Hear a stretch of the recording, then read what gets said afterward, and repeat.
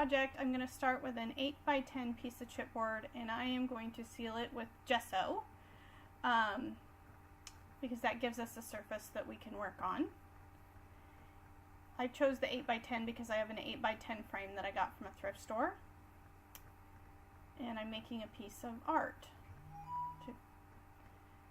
to put on my desk on a table. What you see here is some folk art gold metallic paint, and I'm just slurring that on. I'm going to set all of that aside to let it dry. Now, I've taken my poppies and I've printed them out on regular copy paper, and I'm showing you how I colored them. I made them bigger for my project, but I just wanted to show you, just demonstrate how I colored them. I just used regular Sharpie markers, cheap, well, I think these are even Marxell, which are even cheaper. And I got a big pack of multiple colors. I don't have Copic markers. Those are not in my budget, but Sharpies are in my budget. And you can do a pretty similar thing with some Sharpies. So as you see, I color with the light or the orange, then I highlight with the black, and then I color over with the orange again to blend it out. And that's all I do. I'm not a sophisticated Copic marker person. That's not part of my skill set, but I can do this with these. I chose to do this with Sharpies because I felt like it would work best for this tape transfer process that I'm using, that I'm doing with this project. It's pretty fun and unique. I like it. So I only used 6 colors of Sharpies, and here, just so you can see close up what my coloring looks like, that's it. Nothing too fancy, but there is a little bit of gradation. But it's not going to matter that much in the project, because you'll see when I'm all done that it's not that important. So I take some book pages, and when you use an old book, I suggest to start with a decent quality old book, but you can pick them up easily at the thrift store. And I just took the book paper and I'm slurring on some of that pale ochre archival ink because I didn't want the book pages to be white. I wanted them to be a little aged looking. And then that is red liner tape, only it's in the sheet form, and that stuff is great for die cutting and all kinds of things. I chose this product because it's super sticky, so it will do this tape transfer really well. So I'm just tearing up my book pages. I put down my poppy face down, the pretty side down on the tape, and now I'm putting my book page pieces on face down, and I'm going to cover it all up. This is a pretty simple concept. If you've never done this you can just do this with packing tape, but I was doing a bigger piece. I wanted a bigger piece when I was done. So then I'm going to take like a brayer or a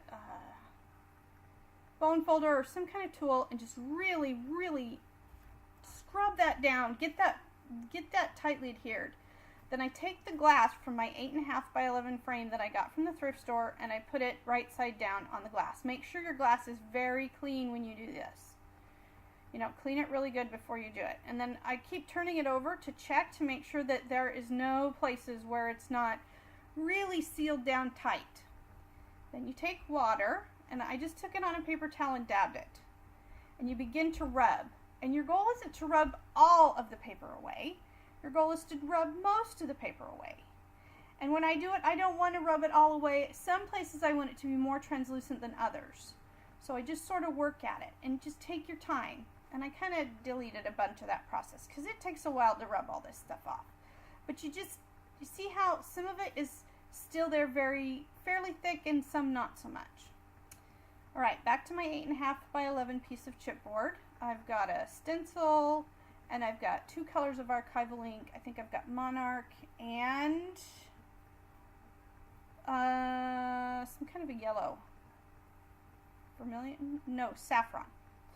And I'm just sponging through. I wanted it to be there, but not too dark.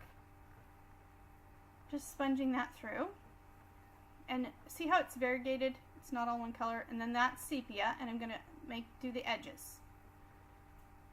And really just kind of frame out that background. And I just think this is, I'm so excited about this project. It was a lot of fun. It really, really inspired me to work with these poppies.